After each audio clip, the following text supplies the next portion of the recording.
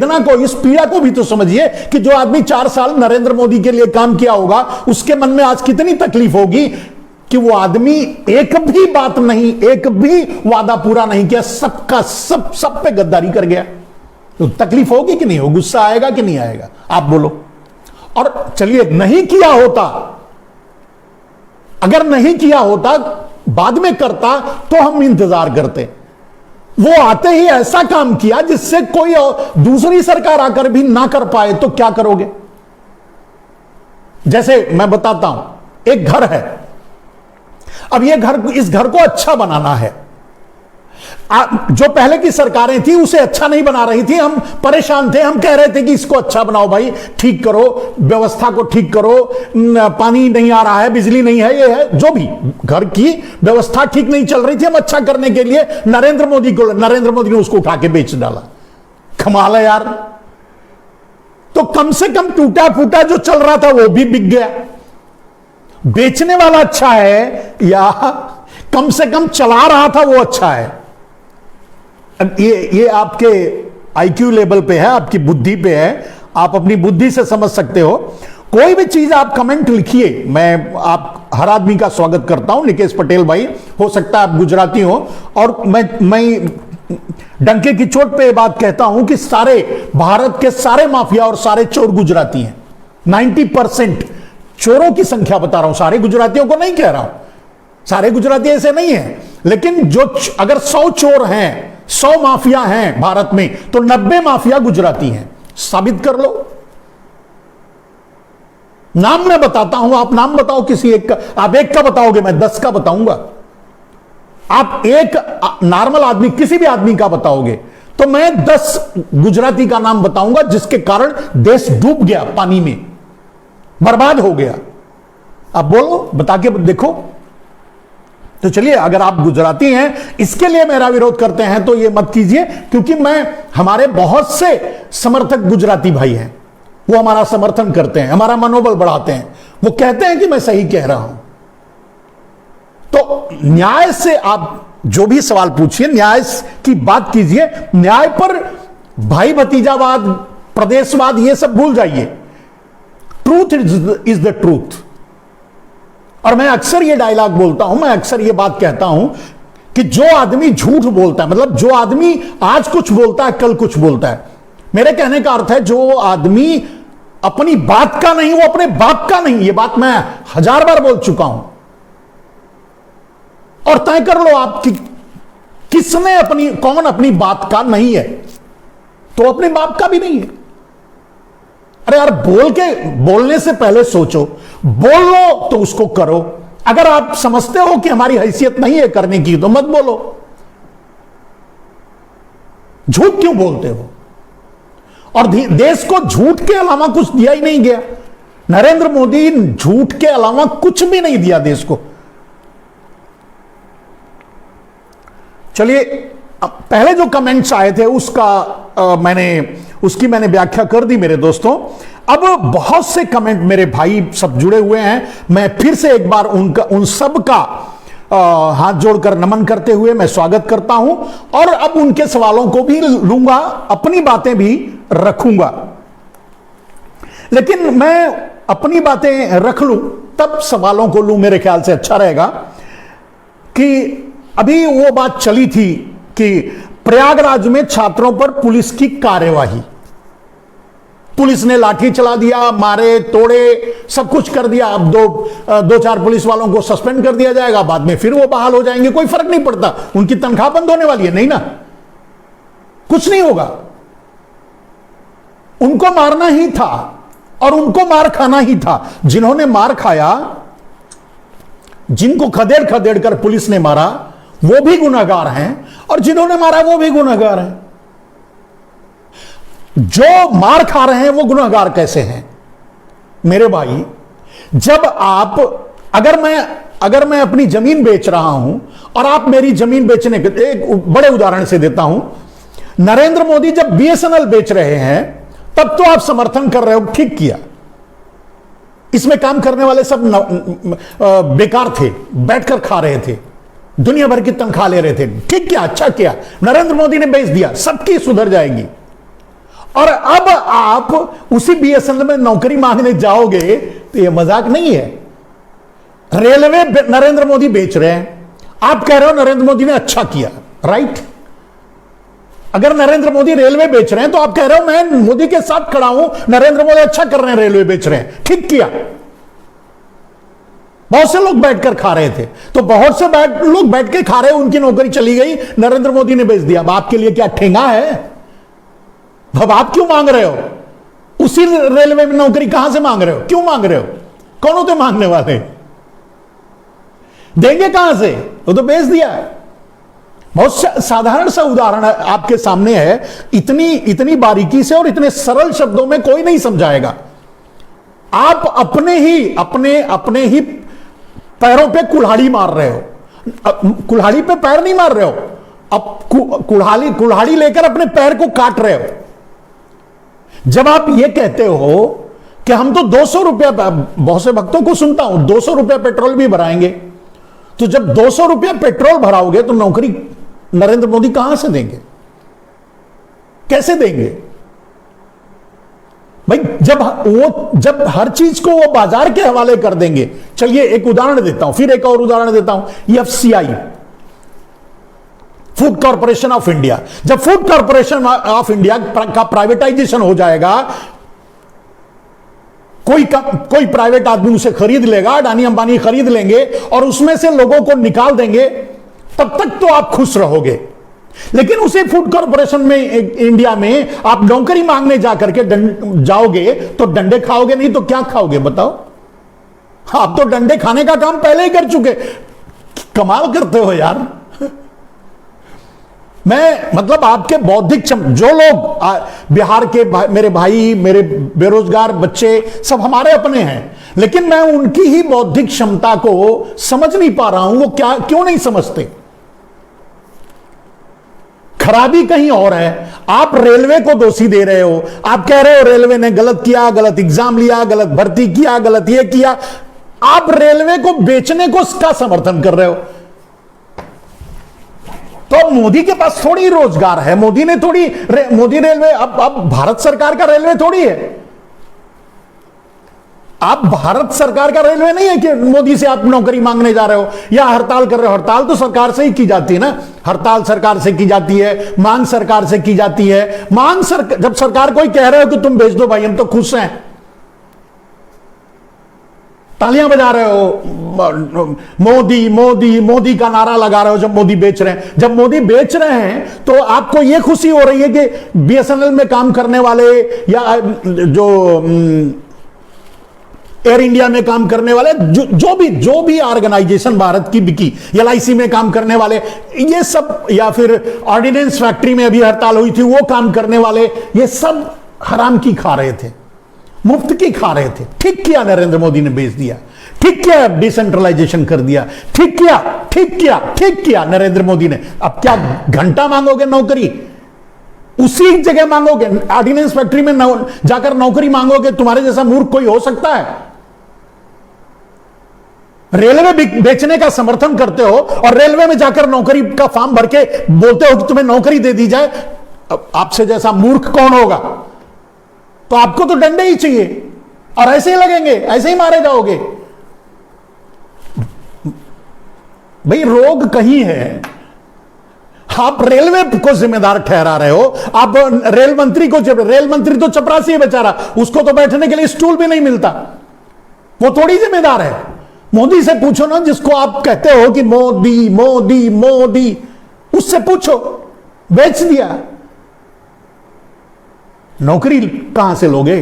तो अब अगर अभी थोड़ा और बढ़ते हैं, रेलवे में भर्ती के लिए जो आज लड़ रहे हैं, उन्हें यह पता नहीं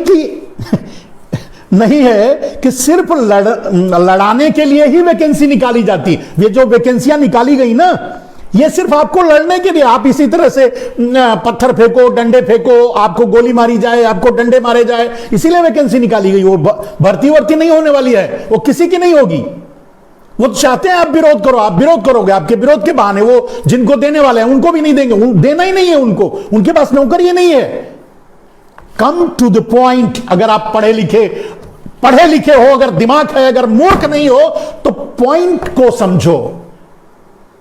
नौकरी है ही नहीं, उनको देना ही नहीं है, बस आपको लड़ाना है।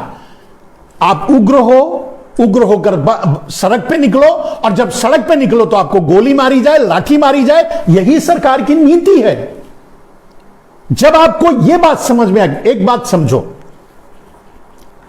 भाई, सरदार, चोरों का सरदार, डाकुओं का सरदार, सरदार का नारा लगा रहे हो, बहुत अच्छा, बहुत अच्छा, बहुत अच्छा, और छोटे छोटे चोरों को सोच रहे हो कि गलत है। गलत कहां है? सरदार को पहले पकड़ो यार। जिसने नौकरी देने का वादा तो मोदी ने किया था, मोदी से मांगो नौकरी। रेलवे से कहां मांग रहे हो? मोदी तो बेच दिए। मैंने एक उदाहरण दिया, मोदी अगर 100 साल उनको अमर कर दिया जाए, अगर भगवान उन्हें अमर, भगवान को तो नहीं कहूंगा, वो कर भी सकते हैं, तो इसके लिए नहीं कहूंगा, क्योंकि इतना बड़ा मतलब ऐसा आदमी अगर अमर हो गया तो देश तो गया। तो अगर उनकी उम्र बढ़ जाए, अगर वो 100 साल रहे, तो 100 साल में भी आपको नौकरी नहीं दे सकते, क्योंकि उनकी नीतियां गलत हैं, उनकी लाइन ही गलत है, उनका ट्रैक ही गलत है वो। और आगे बढ़ते हैं। ये परीक्षाएं, भर्ती और ये वैकेंसी, ये सब आपको लड़ाने के लिए है। सरकार के पास अब नौकरी है ही नहीं, पहले तो ये समझ लो। क्योंकि सरकार जिस रेलवे की बात कर रहे हैं वो बेच चुकी है, अब उसमें किसी की भर्ती नहीं करेगी। अब जो प्राइवेट कंपनी, अडानी अंबानी जब रेलवे चलाएंगे, जब वो आएंगे तब भर्ती करेंगे, तो आपकी भर्ती नहीं करेंगे। वो तो एक टेंडर, एक मतलब क्या कहते हैं, एक दलाल पकड़ लेंगे जिसको संविदा पे काम करवाता है, तो एक कॉन्ट्रैक्टर पकड़ लेंगे और उस कॉन्ट्रैक्टर को कहेंगे कि लो भाई, ये लो, एक आदमी का 10,000 रुपया ले लो और 2,000 आदमी सप्लाई कर दो। अब वो जो कॉन्ट्रैक्टर 10,000 रुपया में, एक आदमी का 10,000 में जो ठेका लेगा, वो आपको 8,000 रुपया दे करके सप्लाई कर देगा, 2,000 घर बैठे कमाएगा। वो भी अडानी की ही सब्सिडरी कंपनी होगी, मतलब वो जो 200 बचेगा वो भी उसी के कंपनी में जाएगा। यही तो खेल होता है, यही तो नरेंद्र मोदी कर रहे हैं।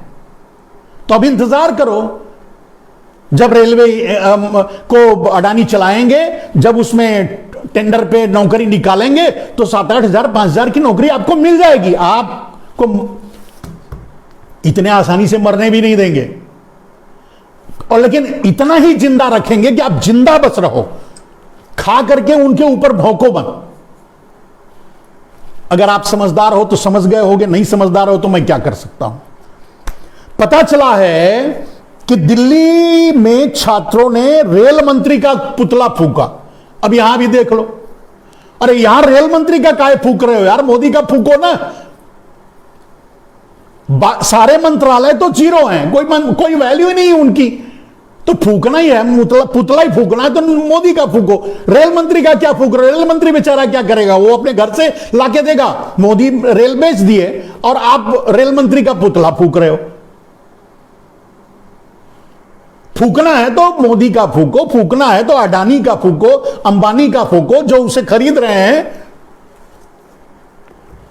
चलिए, एक और पता चला है, आरएसएस नेता इंद्रेश कुमार एनडीटीवी पर कह रहे थे कि सांप्रदायिक बातें करना निंदनीय है। बहुत सही कह रहे थे, बड़ा मजा आता है ऐसी बातें सुन करके। लेकिन लेकिन पूरे डिबेट में वो सांप्रदायिक ही बोल रहे थे, सांप्रदायिकता को ही बढ़ावा दे रहे थे, सांप्रदायिकता का ही समर्थन कर रहे थे।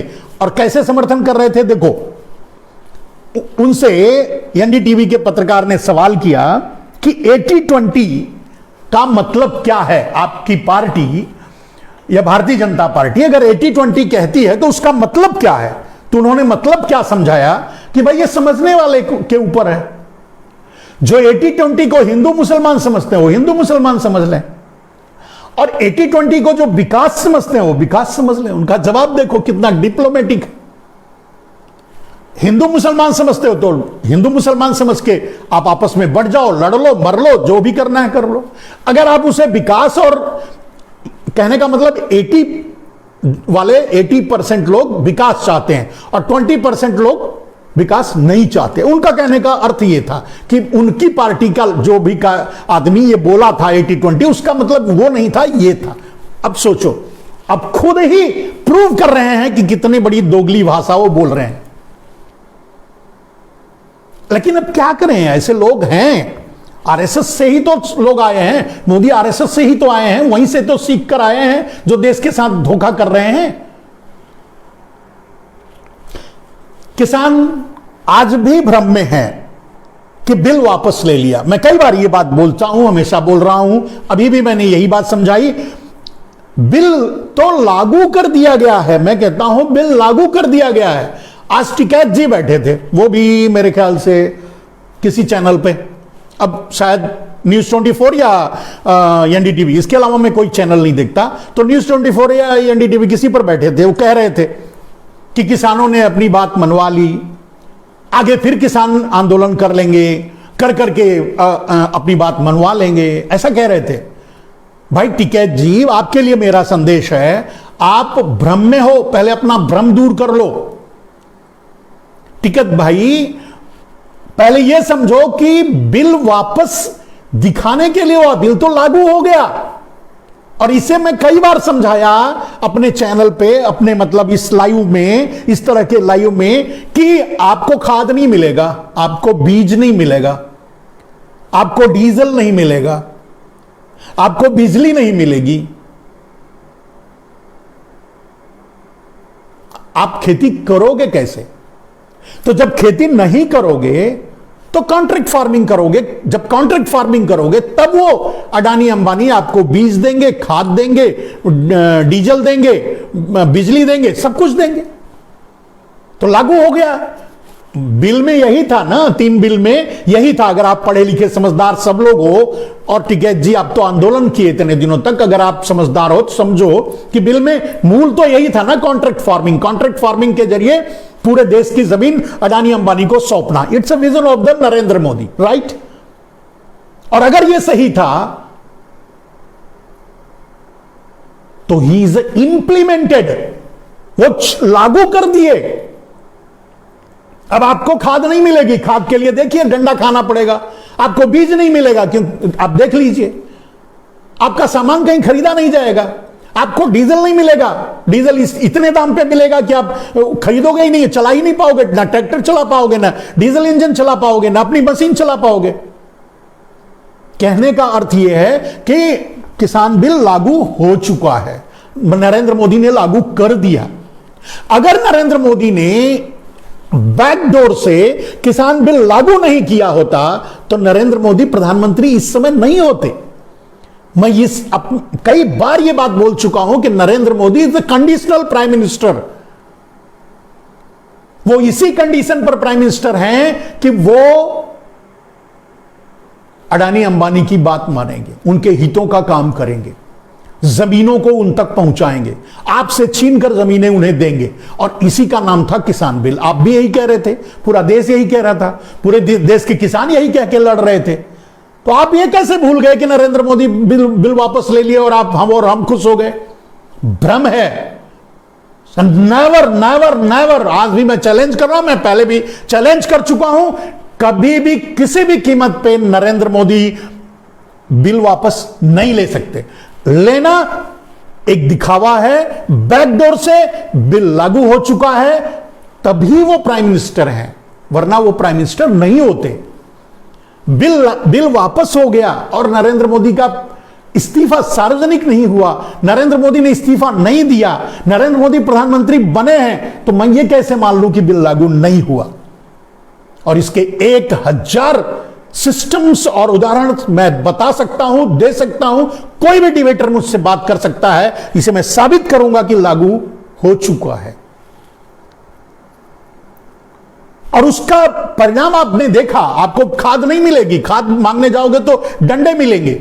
आपको बीज नहीं मिलेगा, आप बीज मांगने जाओगे तो डंडे मिलेंगे। आपको डीजल नहीं मिलेगी। आगे चल करके किसानों को डीजल पर प्रतिबंध लगा देंगे नरेंद्र मोदी, किसानों को डीजल नहीं दिया जाएगा। उद्योगपतियों को डीजल दिया जाएगा, किसानों को डीजल नहीं दिया जाएगा। पेट्रोल पंपों पर यह लिखा रहेगा कि भाई किसानों को डीजल नहीं देना है। क्या कर लोगे? आपसे जमीन छीनकर ही दम लेंगे नरेंद्र मोदी। मैं यह कहना चाहता हूं राकेश टिकैत भाई कि नरेंद्र मोदी विजन और मिशन यह होना चाहिए, आंदोलन यह होना चाहिए कि नरेंद्र मोदी को हटाओ। आंदोलन यह नहीं होना चाहिए कि वो बिल तो इट्स अ न्यूट्रल। और जो मेरी बात समझते हैं वो समझ सकते हैं, जो नहीं समझते उनको क्या कहा जा सकता है। थोड़े और बात, जयंत चौधरी को खुलेआम भारतीय जनता पार्टी ऑफर कर रही है, तो दाम भी ऑफर कर देना चाहिए था जयंत चौधरी को। कितना दे रहे हो? 1000, 2000, 1 लाख करोड़ कितना दे रहे हो? और वो ऑफर कर देना चाहिए था, खुल के बोल देते, दो आ जाते। वैसे भी किसी क्या कहते हैं नेता में ईमान धर्म तो रहा नहीं। वैसे जयंत चौधरी की प्रशंसा करूंगा कि उन्होंने बड़ा सटीक जवाब दिया, लेकिन इस सटीक जवाब जयंत चौधरी ने कहा कि वो 700 किसान जो मर गए, और अब मैं नहीं समझता कि जाटों को, किसान को अमित शाह या ये मना रहे हैं। मनाने की नौटंकी कर रहे हैं, मना क्या रहे हैं? अगर अमित भाई आपको मनाना ही है तो आपको ऊपर जाना पड़ेगा, या तो आप जाओ या तो मोदी भाई को भेज दो। क्योंकि 700 जो किसान मरे हैं वो भारत के किसानों को नहीं भूलना चाहिए, क्योंकि उन किसानों को आपने किसान भी नहीं माना, उन किसानों को आपने इंसान भी नहीं माना, उन किसानों को आपने श्रद्धांजलि तक नहीं देने दी संसद में, तो माफी का तो सवाल ही नहीं उठता।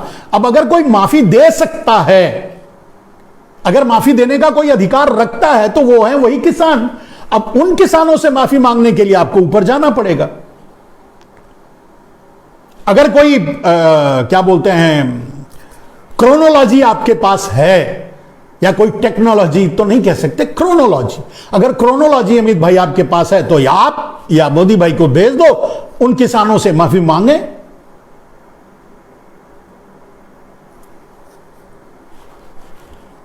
आगे चलते हैं।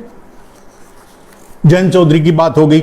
अब जयंत चौधरी अगर इसी बात पर टिके रहें तो अच्छा है, क्योंकि भारतीय जनता पार्टी की हार ही देश को बचा सकता है। भारतीय जनता पार्टी का अब समूल नष्ट होना, यानी पूरी तरह से खत्म होना ही जरूरी है। एकमात्र उपाय है देश को गुलामी से बचाने का, भारतीय जनता पार्टी का समूल नाश। समूल नाश का मतलब जो आज भारतीय जनता पार्टी में है वो भाग के फिर से दूसरी पार्टी में ना जाएं। और मैं तो सभी को संदेश भी देना चाहूंगा दूसरी पार्टियों को, भारतीय जनता पार्टी से भाग कर आने वालों को आप अपने यहां मत रखो, क्योंकि वो इन्फेक्शन फिर बाद में यहां भी फैलाएंगे। कौन सा इन्फेक्शन?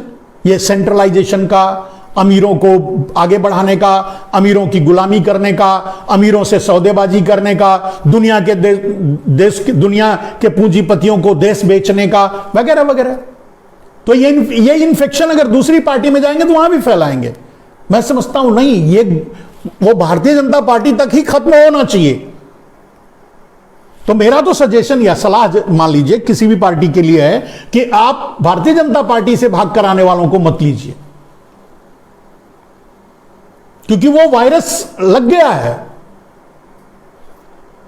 वो भारतीय जनता पार्टी में रहने वाले लोग इज द डेड मैन, मतलब क्या कहते हैं, मतलब पिक्चरों में वो आता है ना, एक मरा हुआ आदमी चलता है, लोगों को खाता है, काटता है, तोड़ता है, उसको कुछ नहीं होता, मार दो तो थोड़ा मर जाएगा, फिर से उठ जाएगा, गर्दन काट दो कट जाएगा, फिर से उठ जाएगा। मतलब वो क्या बोलते हैं, जॉम्बिया या कुछ ऐसा ही कुछ वर्ड है, मैं एग्जैक्टली कैच नहीं कर पा रहा हूं।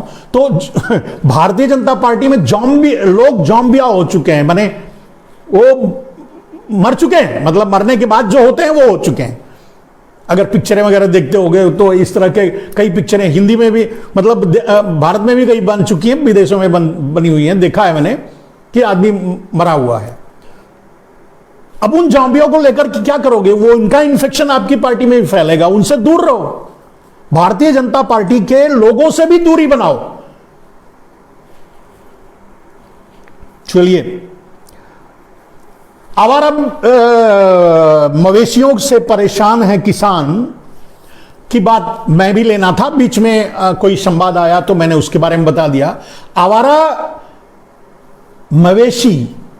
मवेशी की हालत जो आज है देश में, वही हालत आपकी है। आप आवारा मवेशी हो।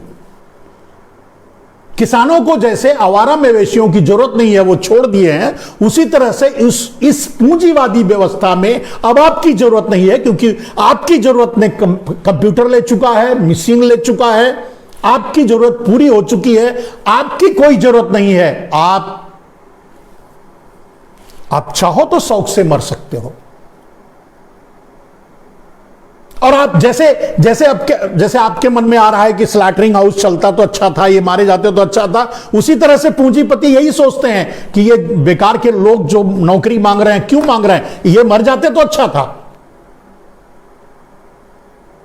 अब आपके लिए यही कामना की जाएगी उस मतलब हाउस से, यानी पीएमओ हाउस से और औद्योगिक घरानों से, क्योंकि आपकी जरूरत नहीं है भाई। आप लॉजिक को समझिए। जहां 2000 आदमी काम करते थे, वहां 200 आदमी से काम चल जाएगा, तो 1800 की जरूरत नहीं है। वो 1800 आवारा पशु हैं। आपको मरना है, आपका मरना तय है। आपको कैसे मारा जाएगा यह अलग बात है। आपको नौकरी नहीं मिलेगी, आप भूखे मरोगे, परेशान हो जाओगे, आत्महत्या कर लोगे। बहुत से तरीके हैं मरने के, बहुत से, और सरकारें बहुत सी तरीके ईजाद करेंगी। ऐसे तरीके भी ईजाद करेंगी, जैसे आप बाहर निकलोगे, उनसे रोटी मांगोगे, उनसे नौकरी मांगोगे। नौकरी भी रोटी मांगना ही हुआ ना। तो मांगोगे तो आप पर लाठियां चलाई जाएंगी, गोलियां चलाई जाएंगी, आपको मारा जाएगा। It's planned.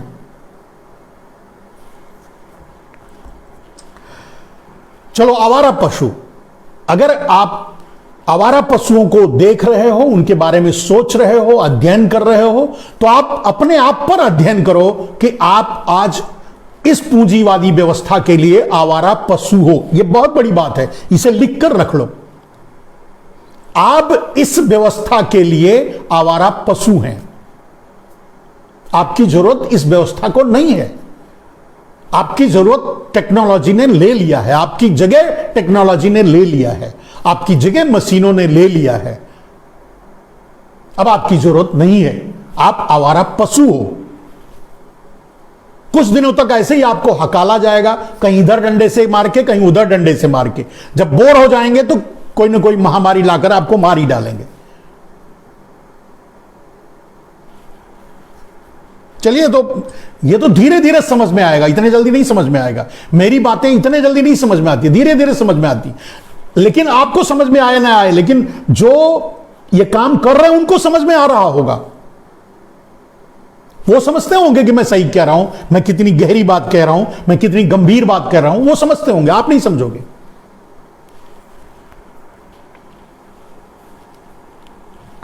आंदोलन कर रहे छात्रों पर संपत्ति के नुकसान सहित आर्म्स एक्ट भी लगाया जाएगा, मतलब गोली चलाने का आरोप। तो गोली चलाने का आरोप लगना ही चाहिए। वैसे भी बिहार वगैरह में तो आराम से हथियार वगैरह मिलते हैं, सुना है वहां बड़े आराम से बिकते हैं, मिलते हैं। तो होगा, चलाया भी होगा, ऐसा भी हो सकता है। और नहीं चलाया होगा तो इसी बहाने से आपको जब दोबारा बाहर निकलोगे तो गोली मार देंगे, व्यवस्था को इशारा कर देंगे कि मार दो। संभल के। अपनी गलती का दोष दूसरों पर कभी नहीं डालना मेरे मित्र। मेरी बात कड़वी लगेगी, लेकिन मतलब 100% ट्रूथ है, सत्य है। आपने बीएसएनएल बिकते समय, आपने ऑर्डिनेंस फैक्ट्री बिकते समय, आपने रेलवे बिकते समय, आपने एयरपोर्ट बिकते समय तालियां बजाई थी। किस मुंह से ना दी आपको नौकरी?